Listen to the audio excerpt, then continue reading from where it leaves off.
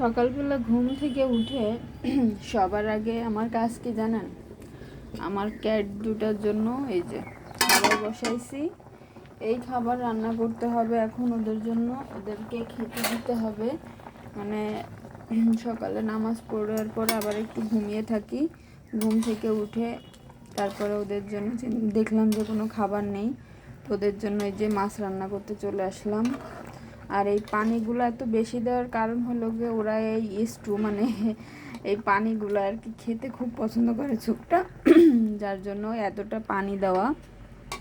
তো ওদের জন্য মাছটা আমি খুব সুন্দর করে রান্না করতেছি।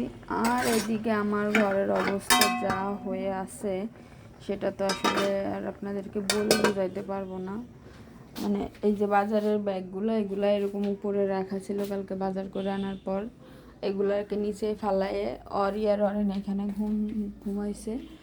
মানে সকালবেলা উঠলে মূলত ঘরটা যেরকম এলোমেলো থাকে, এই যে সব কিছু এলোমেলো করা আছে।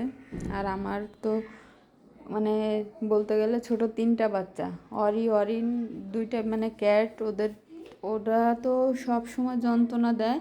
আর সাথে আমার পিচ্চি তো একটা আছে। মানে সব কিছু মনে হচ্ছে যে একদম এলোমেলো হয়ে আছে। এইগুলো সব কিছু এখন গোছগাছ করতে হবে।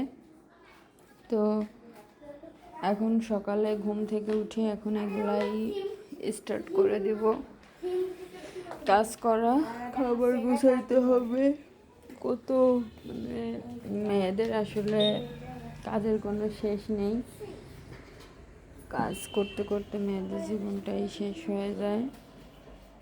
এই যে তো সব কিছুই এলোমেলো হয়ে আছে, দেখলে মনে হচ্ছে যে অন্যরকম। সবচেয়ে বেশি মজা লাগে এই যে রোদ্রবেলা, মানে সকালবেলা রোদে এসে একটু বসলে মানে শরীরটা খুবই ভালো লাগে। আমি সব সময় ট্রাই করি সকালবেলা ঘুম থেকে উঠে এখানে 5-10 মিনিট বসার জন্য, কারণ রোদটা লাগানো আমাদের শরীরের জন্য খুবই ভালো। তাই ট্রাই করি যে রোদটা শরীরে লাগানোর জন্য। আর এই তো বাইরের এনভায়রনমেন্ট দেখেন কতটা সুন্দর, কতটা সবুজ শ্যামল। আমার বাসার সামনে এরকম পুরোটা ফাঁকা। আর এই সিনারিগুলো দেখতে খুব সুন্দর লাগে। আমি প্রতিদিন বারান্দায় যখন ফজরের নামাজ পড়ি 2-4 মিনিট বারান্দায় এসে দাঁড়াই এবং জোরে জোরে একটু নিঃশ্বাস নিই, যাতে আমার ভিতর থেকে মানে একটা রিফ্রেশমেন্ট কাজ করে। এই তো আমার সকালবেলার মানে উল্টাপাল্টা ঘর, উল্টাপাল্টা কথা দিয়ে আপনাদের কাছে এই ভিডিওটা শেয়ার করলাম।